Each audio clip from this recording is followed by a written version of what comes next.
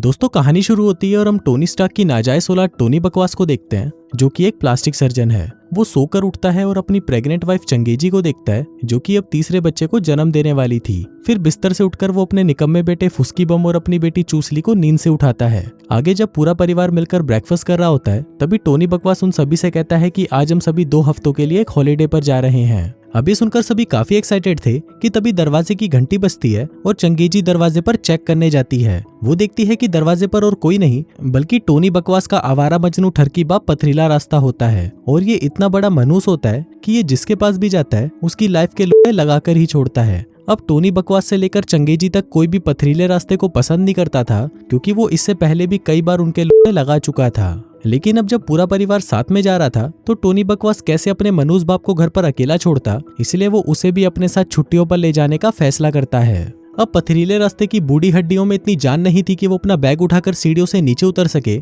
इसलिए वो सीधा ही उसे ऊपर से नीचे फेंक देता है। हम देखते हैं कि टोनी बकवास ने कुछ महीनों पहले ही एक बहुत हाईटेक गाड़ी खरीदी थी, जिसके फीचर्स के बारे में उसे खुद पता नहीं था। अब सभी निकलने ही वाले थे कि टोनी का बेटा फुस्की बम चिल्लाने लगता है। कहता है कि मैं अपनी खिलौने वाली बंदूक घर पर ही छोड़ आया, जिसे देखकर पथरीला रास्ता भी कहने लगता है कि मुझे भी अब जोर का मुंह आ रहा है। अब टोनी बकवास गालियां देता हुआ कार से बाहर निकलता है और अपने बाप को मुतवाने और अपने बेटे की टॉय गन लेने के लिए घर के अंदर जाता है। लेकिन अपना पथरीला रास्ता तो एक नंबर का मनूस था और वो मूतते वक्त सारे टॉयलेट पेपर को कमोड के अंदर ही गिरा देता है, जिसके बाद वो उन्हें बाहर निकालने की बजाय उस कमोड को कपड़े से ढक देता है, जिस वजह से उस कमोड से लगातार पानी निकलने लगता है। वहीं दूसरी तरफ जब टोनी बकवास अपने बेटे की बंदूक ले रहा था, तभी उसे वहां पर किसी की आवाज सुनाई देती है। वो उस बंदूक से उस आदमी पर शूट करता है, लेकिन फिर उसे पता चलता है कि जिस आदमी की उसने फाड़कर 464 कर दी थी, वो उसका बाप पथरीला रास्ता ही है, जो कि किचन से खाना चुरा रहा था। तभी टोनी बकवास को उसके एक पेशेंट का कॉल आता है, जो उसे कहती है कि बड़ी के तूने मेरे साथ ये क्या बकचोदी कर दी।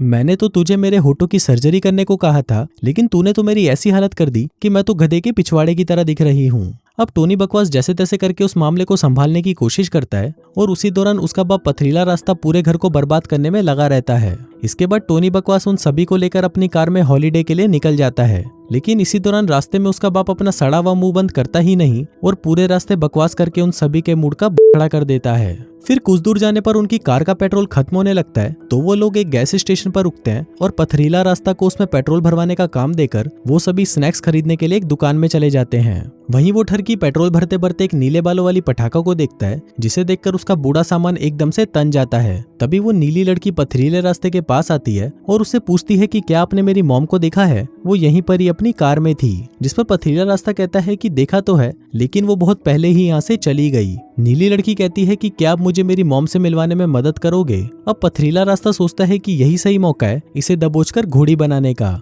इसलिए वो खुशी खुशी उसकी मदद करने के लिए तैयार हो जाता है। जिसके बाद वो उस लड़की को अपनी कार में ही छुपा लेता है, ताकि टोनी बकवास और उसके परिवार को इस बारे में पता ना चले। फिर जब वो उस कार का शीशा साफ कर रहा होता है, तभी वो उस पर लगे वाइपर को ही तोड़ देता है, जिसके बाद वो टोनी बकवास को पता लगे बिना उस टूटे वाइपर को वहीं पर ही फिट कर देता है। आगे वो सभी अपने सफर पर आगे बढ़ते हैं, जिस बीच पथरीला रास्ता चंगेजी से कहता है कि मुझे बहुत प्यास लग रही है, जल्दी से मुझे एक कोल्ड ड्रिंक की बोतल दो। चंगेजी उसे कोल्ड ड्रिंक देती है, लेकिन तभी पथरीला रास्ता चुपके से उसमें दारू मिक्स करके उसे पूरी पी जाता है। जिसके बाद वो फिर से बकचोदी करना शुरू कर देता है। कहता है कि पिछले ही हफ्ते की बात है, मैं एक साथ 3 फुलझड़ियों के साथ दबा दबा कर मजदूरी कर रहा था। वो साली छिनाले ठंडा होने का नाम ही नहीं ले रही थी, लेकिन जब मैंने अपने घोड़े को फुल स्पीड में दौड़ाया, तब उन सभी की चीखें निकल पड़ी।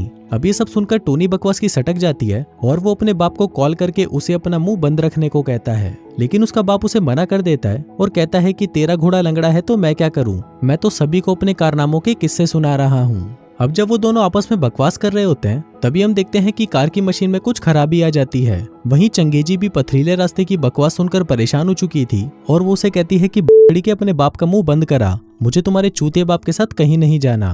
अब टोनी बकवास भी उसकी बात मानकर ब्रेक दबाकर गाड़ी को घुमाने लगता है, लेकिन कार का ब्रेक नहीं लगता, जिस दौरान वो एक गाड़ी से टकराते टकराते बचते हैं। टोनी बकवास अपनी वाइफ से कहता है कि डार्लिंग वो बस गाड़ी की थोड़ी सी ब्रेक फेल हो चुकी है। अभी सुनकर वहां बैठे सभी लोग इंक्लूडिंग नीली लड़की की भी फटकर 464 हो जाती है। जिसके बाद वो बाहर आकर पथरीले रास्ते से कहती है कि बूढ़े बूढ़ी के मुझे कहाँ लेकर जा रहा है। अब उस लड़की को देखकर सभी हैरान हो जाते हैं, क्योंकि एक मुसीबत उनके पास कम थी जो एक और मुसीबत उनके पास आ गई। अब उस लड़की को लगता है कि शायद ये लोग उसे किडनैप करके ले जा रहे हैं, इसलिए वो वहां पड़ी टॉय गन को उठाकर टोनी बकवास के ऊपर फायर कर देती है। लेकिन उसकी किस्मत अच्छी होती है कि वो बच जाता है। तभी वो लोग उसे समझाने लगते हैं कि कोई भी तुम्हें अगवा नहीं कर रहा, वो सचमुच तुम्हारी मदद करेंगे, जिसे सुनकर उस लड़की को उन पर थोड़ा भरोसा हो जाता है।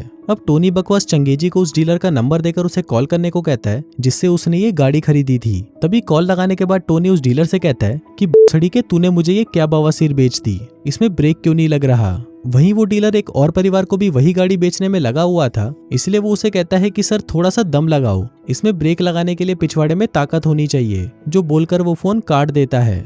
उधर वो लड़की गाड़ी की खिड़की से अपनी माँ को देखती है जो कि अपने कान में ईयरफोन लगाकर गाने सुनते सुनते कार को फुल स्पीड में दौड़ा रही थी। उसे देखकर नीली बहुत चिल्लाती है, लेकिन उसकी माँ उस पर बिल्कुल भी ध्यान नहीं देती। इसी दौरान टोनी बकवास के सामने गाड़ी आने की वजह से वो अपनी कार को घुमा देता है और एक चोमू की कार के गेट उड़ाकर वहां से निकल जाता है। अब जिस चोमू ने उसकी कार का दरवाजा उड़ाया था उसका नाम होता है मंगेश मुर्दाबाद, जो कि टोनी बकवास से उसकी भरपाई करने और उसकी तोड़ने के लिए उसके पीछे पड़ जाता है। अब इसी दौरान दो पुलिस वाले उन दोनों को ओवर स्पीड में गाड़ी चलाते हुए देख लेते हैं, जिसके बाद वो भी उन दोनों के पीछे पड़ जाते हैं। उधर पथरीला रास्ता जैसे तैसे करके अपने छोटे दिमाग का इस्तेमाल करता है और उस कार के ब्रेक को ठीक करने की कोशिश करता है। अब उसने अपना मुंह टोनी बकवास की टांगों के बीच में घुसाया हुआ था, जिस वजह से पुलिस को ये देखकर लगता है कि शायद टोनी बकवास किसी से अपना चुसवाने में बिजी है। वो उसे कहता है कि के चुसवाना बंद कर और कार को साइड में लगा। टोनी बकवास उसे समझाने की बहुत कोशिश करता है कि उसकी कार का ब्रेक फेल हो चुका है, लेकिन पुलिस वालों को उसकी बात पर भरोसा नहीं होता। इसी दौरान चूसली एक पेपर पर हेल्प लिखकर उसे पुलिस वालों को दिखाने लगती है, लेकिन वो पेपर कार से उड़कर सीधा एक पुलिस वाले के मुंह पर जाकर चिपक जाता है, जिस वजह से उसकी बाइक स्लिप कर जाती है। उधर वही पेपर उड़ते उड़ते मंगेश मुर्दाबाद की कार पर जाकर चिपक जाता है, जिससे उसका भी एक्सीडेंट होते होते बचता है। लेकिन इस सब के बाद भी मंगेश मुर्दाबाद टोनी का पीछा नहीं छोड़ता, क्योंकि उसे टोनी से उसकी कार की भरपाई का पैसा लेना ही था। इसी दौरान उसका बाप अपना फोन निकालता है और व्लॉग बनाना शुरू कर देता है, ताकि पुलिस वाले के पकड़ने पर वो उन्हें बता सके कि उनकी गाड़ी की ब्रेक फेल हो चुकी थी, जिस वजह से उन्होंने इतना कांड मचा दिया। वहीं दूसरी तरफ ट्रैफिक पुलिस की हेड ऑफिसर को भी इस बारे में इन्फॉर्म किया जाता है कि एक आदमी अपना चुसवाते हुए कार को फुल स्पीड में दौड़ा रहा है। अब ये सुनकर वो पुलिस वाली हाईवे पे मौजूद एक टोल गेट को बंद करने का ऑर्डर दे देती है, लेकिन इससे पहले कि वो टोल गेट बंद करते वो लोग वहां पर पहुंच जाते हैं और उस टोल गेट को पूरा बर्बाद करके वहां से चले जाते हैं। अब उनकी ये तेजी से कार भगाने वाली बात सभी न्यूज चैनल पर फैल जाती है।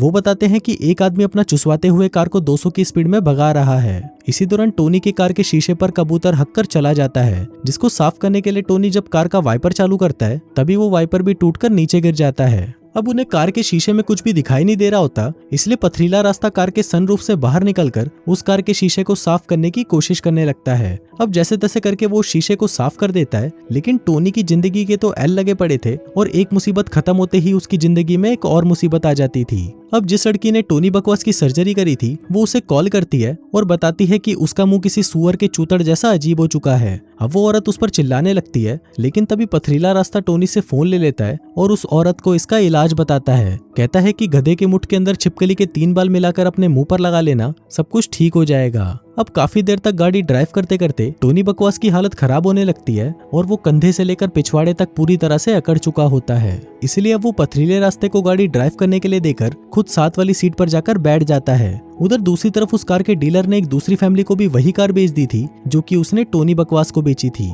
लेकिन उस कार के अंदर बैठते ही वो पूरा परिवार उस कार में फंस जाता है, जिसके बाद वो सभी वहां पर उल्टियां करने लगते हैं। वहीं वो डीलर से देखकर काफी खुश हो रहा था कि उसने किसी और को भी चूतिया बनाकर उन्हें ये कार चिपका दी। वहीं एक पुलिस वाला टोनी बकवास के पास आकर उसे अपनी कार रोकने को कहता है और उसे अपनी गन दिखाने लगता है, लेकिन तभी उसकी गर्भवती पति ये देखकर कार का दरवाजा खोलती है और अपना भटूरे जैसा पेट दिखाकर उसे कहती है कि बड़ी के मुझे गोली मार, पहले ही कार ने हमारी जिंदगी बर्बाद कर रखी है और तू साला चूतिया हमारी मदद करने की बजाय हमें बंदूक दिखा रहा है। अब ये देखकर वो पुलिस वाले भी समझ जाते हैं कि ये लोग सचमुच में मुसीबत में हैं, लेकिन वो कुछ नहीं करता और वहां से चला जाता है। अब ड्राइव करते हुए पथरीले रास्ते को मूत लग जाता है, इसलिए चंगेजी उसे अपना टैंकर खाली करने के लिए एक प्लास्टिक की थैली दे देती है। अब पथरीला रास्ता दबाकर उसमें अपना सारा पानी निकाल देता है, जिसके बाद वो उस थैली को अपने बेटे को दे देता है। फिर टोनी उस मूत को खिड़की से बाहर फेंक देता है, जो सीधा जाकर मंगेश मुर्दाबाद के मुंह पर लगता है। अभी देखकर मंगेश का दिमाग और भी ज्यादा खराब हो जाता है और वो गुस्से में अपने मुंह पर बाल्टी डालकर उनका पीछा करने लगता है, लेकिन तेज स्पीड में होने की वजह से वो अपना बैलेंस खो देता है और सीधा आकर कुछ शूटिंग कर रहे लोगों की कार से जाकर टकरा जाता है। फिर हम देखते हैं कि यहाँ से थोड़ी ही दूर एक चेक पोस्ट पर गाड़ियों का जाम लगा हुआ था और वहीं हमारा टोनी बकवास तेजी से उनकी तरफ बढ़ता हुआ गाड़ियों से टकराने वाला था। अब ये बात सभी न्यूज चैनल्स पर दिखाई जाती है और इस खबर को पथरीला रास्ता भी अपने फोन में देख रहा होता है, लेकिन तभी वहाँ पर 2 पुलिस ऑफिसर अपनी कार लेकर आते हैं और चलती कार में से ही उन सभी को निकालने का फैसला करते हैं। जिसके बाद एक एक करके टोनी का बेटा और उसकी बेटी पुलिस वालों की कार में चले जाते हैं। जिसके बाद बारी आती है उस नीली परी की, और वो जैसे ही कार के अंदर आने लगती है तभी हवा चलने की वजह से उसकी स्कर्ट हवा में उड़ने लगती है और उसकी नीली कच्ची सभी को दिखाई देने लगती है। अब वो लड़की उन दोनों कारों के बीच में फंस जाती है क्योंकि पथरीला रास्ता सड़क पर देखने की बजाय उस नीली परी की कच्ची को देख रहा था। लेकिन फिर भी किसी तरह से वो नीली परी पुलिस वालों की कार में चली जाती है। जिसके बाद आगे एक हेलीकॉप्टर आकर चंगेजी को भी कार से निकाल लेता है। लेकिन वहीं अभी भी टोनी बर्बाद और पथरीला रास्ता उस गाड़ी में ही थे और कुछ ही देर में वो ट्रैफिक जैम वाली गाड़ियों से जाकर टकराने वाले थे। लेकिन इससे पहले कि वो वहां पर टकराने लगते, एक हेलीकॉप्टर आकर उनकी पूरी कार को उड़ा ले जाता है। लेकिन तभी उस कार के टुकड़े टुकड़े हो जाते हैं और वो दोनों जाकर नीचे गिरते हैं, लेकिन किसी को भी कोई चोट नहीं आती। इसके बाद सीन शिफ्ट होता है और हम हॉस्पिटल में चंगेजी को देखते हैं जिसने एक और बच्चे को भी जन्म दिया था। लेकिन जब वो पूरा परिवार बच्चे को लेकर वापस घर आता है तभी वो सभी एक लिफ्ट में जाकर फंस जाते हैं। मतलब उनकी एक मुसीबत खत्म नहीं हुई और दूसरी मुसीबत फिर से शुरू हो गई, और इसी के साथ ही ये कहानी यहीं खत्म हो जाती है।